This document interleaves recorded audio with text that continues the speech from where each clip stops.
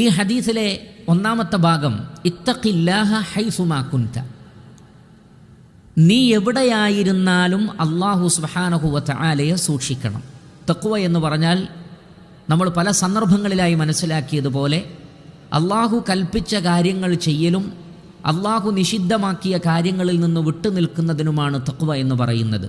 കാരണം അതിലൂടെ മാത്രമേ നരകത്തിൽ നിന്നും അള്ളാഹുവിൻ്റെ കോപത്തിൽ നിന്നും നമുക്ക് രക്ഷപ്പെടാൻ സാധിക്കുകയുള്ളൂ. തഖ്വ എന്ന വാക്കിൻ്റെ ഭാഷാപരമായ അർത്ഥം സ്വയം സംരക്ഷിക്കുക എന്നാണ്. സ്വയം സംരക്ഷിക്കുക. എവിടെ നിന്ന് സംരക്ഷിക്കുക? നരകത്തിൽ നിന്നും അള്ളാഹുവിൻ്റെ കോപത്തിൽ നിന്നും. അതിനെന്തു വേണം? തഖ്വ വേണം. അപ്പോൾ എന്താണ് തഖ്വ? അള്ളാഹു കൽപ്പിച്ച കാര്യങ്ങളൊക്കെ ചെയ്താൽ അള്ളാഹുവിൻ്റെ കോപത്തിൽ നിന്ന് രക്ഷപ്പെടാൻ സാധിക്കും. അള്ളാഹു നിഷിദ്ധമാക്കിയ കാര്യങ്ങളിൽ നിന്നൊക്കെ വിട്ടുനിന്നാലും അള്ളാഹുവിൻ്റെ കോപത്തിൽ നിന്ന് രക്ഷപ്പെടാൻ സാധിക്കും. അതുകൊണ്ട് അള്ളാഹു കൽപ്പിച്ച കാര്യങ്ങൾ ചെയ്തുകൊണ്ടും അള്ളാഹു നിഷിദ്ധമാക്കിയ കാര്യങ്ങളിൽ നിന്ന് വിട്ടുനിന്നുകൊണ്ടും നിങ്ങൾ തഖ്വയുള്ള ആളുകളായി തീരണം. മാത്രമല്ല, ഇവിടെ ഇത്തഖില്ലാഹ, അള്ളാഹുവിനെ സൂക്ഷിക്കണമെന്ന് പറഞ്ഞു നിർത്താതെ മറ്റൊരു കാര്യം കൂടി അതിനോട് ചേർത്ത് പറഞ്ഞു. ഹൈസുമാ കുൻത, നീ എവിടെയായിരുന്നാലും. ഉലമാക്കൾ പറഞ്ഞു, അതുകൊണ്ട് ഉദ്ദേശിക്കുന്നത് തഖ്വ എന്നത് ഒരു സത്യവിശ്വാസിയിൽ നിന്ന് വേറിട്ട് പോകാൻ പാടില്ലാത്ത സ്വഭാവമാകുന്നു. അത് വീട്ടിൽ വെച്ചോ അളമാരയിൽ വെച്ചോ പോകാൻ കഴിയാത്ത ഒന്നാണ്.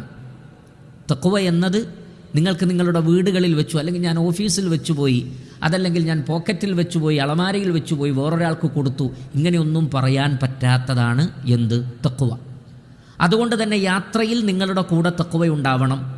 നിങ്ങളുടെ നാട്ടിലും ഉണ്ടാകണം, വിദേശത്തും ഉണ്ടാകണം, രാത്രിയിലും ഉണ്ടാകണം, പകലിലും ഉണ്ടാകണം, എല്ലാവരും ഉള്ളപ്പോഴും ഉണ്ടാകണം, ഒറ്റക്കാകുമ്പോഴും ഉണ്ടാകണം. അതിനാണ് ഹൈസുമാ കുൻത, നീ എവിടെയായിരുന്നാലും അവിടെ നിൻ്റെ കൂടെ ഉണ്ടാവേണ്ടത് തഖ്വയാണ്. കാരണം നീ എവിടെയായിരുന്നാലും അവിടെ നിന്നെ വഴിതെറ്റിക്കാൻ ഒരു ശൈത്താൻ നിൻ്റെ കൂടെയുണ്ട്. അത് നീ ഒറ്റക്കാണെങ്കിലും യാത്രയിലാണെങ്കിലും ഏത് സന്ദർഭത്തിലും ആ ശൈത്താനുണ്ട്.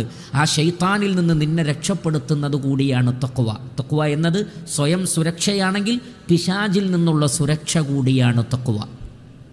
അതുകൊണ്ടാണ് യാത്രാ വിഭവം ഒരുക്കണം എന്ന് പറയുന്നിടത്ത് അള്ളാഹു പറഞ്ഞത് വതസവ്വദൂ ഫഇന്ന ഖൈറസ്സാദി തഖ്വ.